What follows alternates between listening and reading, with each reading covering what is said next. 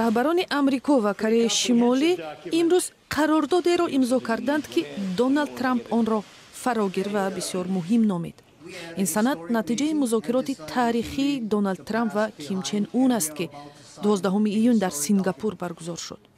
меҳвари аслии музокирот барномаи ҳастаии Пхеньян ва талошҳо барои халқи силоҳи ҳастаии Нимҷазираи Корея эълон шудааст.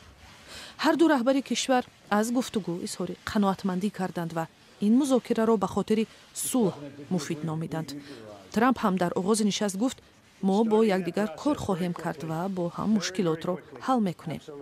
Ким Чен Ун низ мулоқоти худ бо Доналд Трампро нишасте хуб барои сулҳ хонд. Ким Чен Ун гуфтааст, монеаҳое дар сари роҳ вуҷуд хоҳанд дошт, аммо бо Трамп кор хоҳем кард.